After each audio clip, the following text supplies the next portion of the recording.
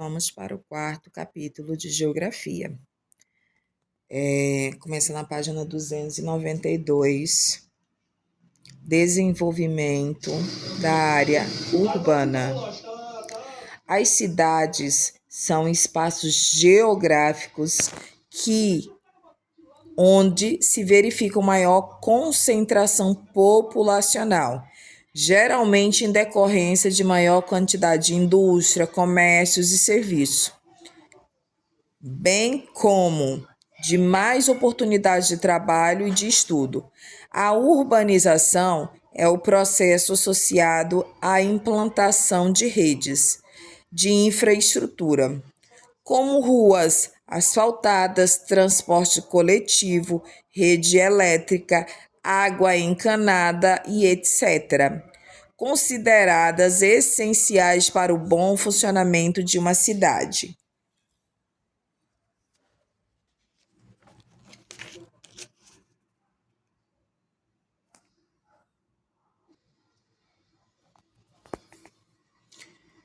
No mundo todo, as pessoas buscam cada vez mais morar em áreas urbanas. A maioria da população mundial já vive em cidades, entretanto, a velocidade com qual as regiões do planeta se urbanizam é diferente. Atualmente, o Brasil é um país urbano, com aproximadamente 8 em cada 10 pessoas vivendo em cidades. O crescimento rápido dos centros urbanos causa impactos no modo de vida da população. A falta de planejamento gera um colapso na infraestrutura urbana. Filha, o que é colapso? Gera um colapso. Quer dizer, aquele exemplo que a mamãe falou lá no 3º capítulo, que aumenta a quantidade populacional, mas as prestações de serviços públicos não melhoram, elas, muito pelo contrário, elas elas vão caindo, ou então elas se mantêm o que estão. Então, aumenta o tanto da população, fica assim, mas os serviços públicos permanecem assim ou então vão baixando. Então, isso acaba causando um colapso na infraestrutura urbana, que torna incapaz de atender a quantidade de pessoas de maneira satisfatória, ou seja, muita gente para pouco serviço, que automaticamente acaba não atendendo de forma satisfatória, né? Só cresce a quantidade de pessoas, mas não cresce a prestação de serviço. Alguns problemas estudados anteriormente são falta de moradia e favelização, que seriam as favelas, insuficiência, superlotação e precariedades dos meios de transportes, os ônibus muito lotados, quintura, né? E aumento de passagem, aumento de população, mas não há um aumento de mais ônibus rodando para suprir aquela superlotação. Deslocamentos demorados entre os diversos pontos das cidades, superlotação e diminuição da qualidade dos serviços de saúde. Número de insuficiente de escolas públicas e de qualidade, insuficiência de oportunidade de empregos para todos os cidadãos, aumentos da marginalização social e da violência, falta de saneamento básico, aumento na produção de lixo e poluição do ar, da água e do solo. Excesso de veículos e indústrias com aumento da temperatura, ilhas de calor, causado pela poluição atmosférica. Ao andar pelas ruas das cidades, observamos uma série de elementos em comum que as compõem, como construções próximas uma das outras, prédio, casas e praças, sistemas vários, ruas, avenidas, pontes, redes de coletas de esgoto e abastecimento de água, iluminação, sinalização pública e outros que possibilitam a mobilidade dos cidadãos e a realização de mais variadas atividades. O conjunto de elementos que determinam essas paisagens é chamado de infraestrutura urbana. Ao andar pelas ruas das cidades, observamos uma série de elementos em comum que as compõem, como construções próximas uma das outras, exemplos, prédios, casas, praças, sistemas vários, ruas, avenidas, pontes, redes de coletas de esgoto e abastecimento de água, iluminação, sinalização pública e outros que possibilitam a mobilidade, o deslocamento dos cidadãos e a realização de mais variadas atividades. O conjunto de elementos determinam essa paisagem e ela é chamada de infraestrutura urbana. Nas áreas urbanas, há mais disponibilidade de serviço que no meio rural e no acesso a serviços que proporciona qualidade de vida. Por exemplo, hoje eu não preciso ir lá num hospital para marcar uma consulta, eu posso ligar. Então, isso proporciona um serviço, né, bom, que acaba melhorando a nossa qualidade de vida. Eu não vou ter a preocupação de ter que pegar um carro, ou pegar um ônibus, ou uma moto, me deslocar da minha casa para eu marcar uma consulta. Quanto maior a quantidade de atividades urbanas dos setores secundário e terciário, que seriam das indústrias, do comércio e serviços, realizadas nesse espaço, maior será o aglomerado populacional, aumentando também a necessidade de infraestrutura para atender a todos de maneira eficiente. Com o crescimento das cidades e o aumento do número de habitantes nas áreas urbanas, os meios para transmitir informações foram se diversificando e aprimorando. Os meios de comunicação compreendem os sistemas de rádio, TV, internet, computador, celular, entre outros. E com base nesses meios que ocorre a comunicação entre os indivíduos, o que o torna a troca de informação muito rápida. A invenção da internet modificou o que era conhecido e praticado como troca de informação.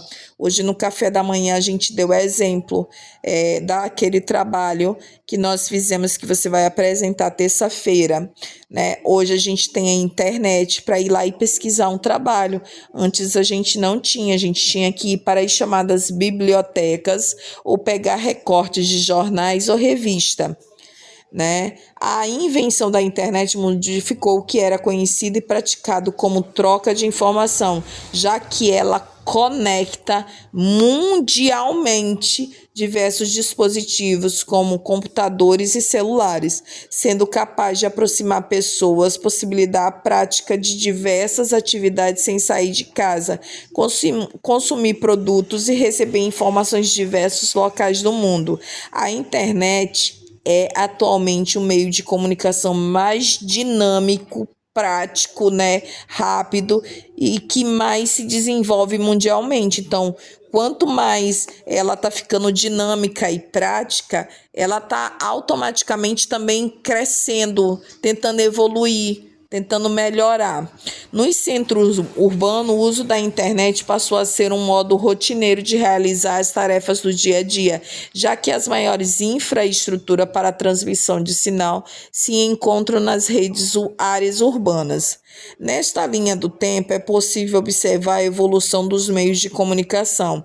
Eles se tornaram cada vez mais rápidos e atualmente disponibilizam diversos recursos para a transmissão de mensagens como texto, áudio e vídeo. Aqui, ó, pinturas, né? Antes eram pinturas e não fotografias. Depois, isso aqui na pré-histórias, né? Pinturas, que eram aquelas escritas nas paredes.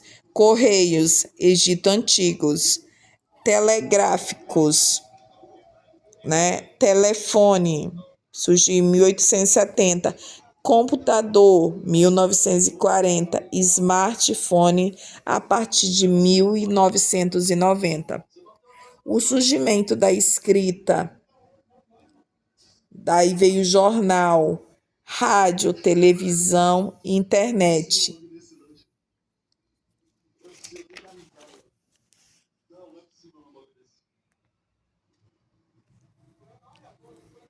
Aqui ele está falando, né, sobre a liberdade de se comunicar, que hoje existe símbolos, gestos, jornais, revista, rádio, televisão, telefone, fax, internet, teatro, arte e cinema, né?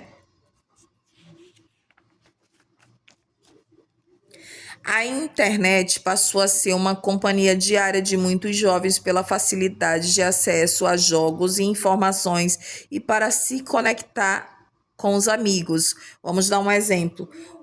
Eu não conheço a Ana Cecília pessoalmente, mas a internet me ajudou a ser tia dela e ela me reconhecer como tia por causa da internet, que a gente pode fazer uma chamada de vídeo por causa de foto que ela vê da mamãe. E aí ela pode falar benção, titia, oi, titia. Então ela sabe que eu sou a tia Valéria. Então o uso da tecnologia auxilia a troca de informações e busca por conhecimento, mas o uso de maneira excessiva e sem critério pode prejudicar o desenvolvimento dos jovens e colocá-lo em risco pela exposição indevida de informações pessoais. Outro ponto que pode ser preocupante é o isolamento dos jovens, ou seja, o jovem só fica ali num tablet, numa televisão, numa rede social, então ele acaba se isolando de outras pessoas, de outros mundos. Ao utilizar essa tecnologia, muitos jovens acabam se isolando do convívio em sociedade para passar horas na frente das telas.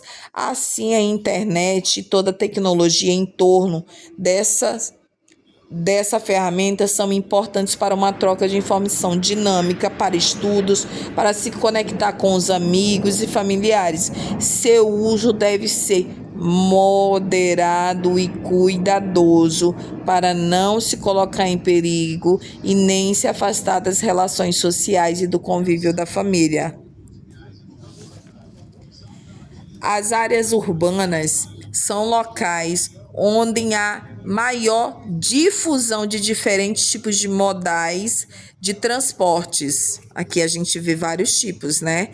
Aqui tem o carro da polícia, tem o ônibus com acessibilidade. Aqui tem uma parada de ônibus, né, com acessibilidade e proteção numa hora de chuva. Tem a bicicleta.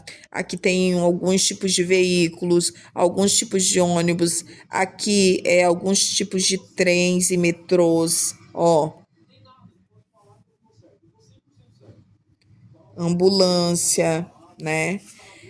As áreas urbanas são locais onde há maior difusão de diferentes tipos de modais de transporte. Aqui ele está mostrando que são vários tipos de transporte, ou seja, de diferentes formas de se locomover pela cidade. Como exemplo, temos o transporte rodoviário, ferroviário, aeroviário, hidroviário e cicloviário. Cada um desses modais pode ser utilizado para o transporte de pessoas e de mercadoria pelo território. Eles oferecem uma maneira segura de se locomover, facilitando a circulação de pessoas e transportes de produtos. O transporte rodoviário é aquele feito nas estradas por meio de carros, caminhões, ônibus e motocicletas. O transporte rodoviário é aqueles feito nas estradas por meio de carros, caminhões, ônibus e motocicleta. Esse tipo de transporte atualmente é muito utilizado para a circulação de pessoas em carros, ônibus e motocicletas. As mercadorias geralmente são transportadas por caminhões, mas tem mercadorias que são transportadas por caminhões, por ônibus, motocicletas, por aviões, entendeu? Depende do tipo de serviço contratado. Aqui mostra o cruzamento em Campina, em São Paulo, né? Esse modal é feito em linhas ferrais para guiar trens. Aqui, ó. Antigamente, os trens eram muito utilizados para transporte de pessoas, sendo um meio de transporte seguro e barato. Porém, atualmente, o seu principal uso era para transporte de cargas, levando matérias-primas para as indústrias e produtos para os mercados consumidores. Aqui, o avião. Esse modal se relaciona ao transporte aéreo por aviões e helicópteros. Apesar de utilizar meios de transporte seguros, esse modal ele é um dos tipos mais caros. Ele é utilizado tanto para transporte de pessoas como para de mercadorias. Aqui mostra o avião na pista em pouso, né? O transporte hidroviário que é o rio, né? Através de embarcações, né? É o que ocorre no curso de um rio transportado por pessoas e mercadorias em embarcações. O Brasil tem uma grande quantidade de rios que são utilizados para transporte de pessoas e mercadorias, mas não são todos que podem ser utilizados para essa finalidade. Os rios precisam ser planos para serem navegáveis. A maior utilização desse modal ocorre na região norte do país, já que essa região apresenta uma grande quantidade de rios com características necessárias para a realização desse transporte. Por exemplo, em Manaus, né? Manaus é um grande meio de transporte hidroviário. O transporte cicloviário é um modal sustentável, pois as bicicletas não emitem gases poluentes e nem necessitam de combustível para funcionar. O combustível é a energia da pessoa ali que vai pedalar. Atualmente, as cidades têm investido cada vez mais para construir áreas específicas para a circulação de bicicletas. As bicicletas, como por exemplo as ciclovias. Assim garantem maior segurança aos ciclistas e incentivam uma prática mais saudável de transporte.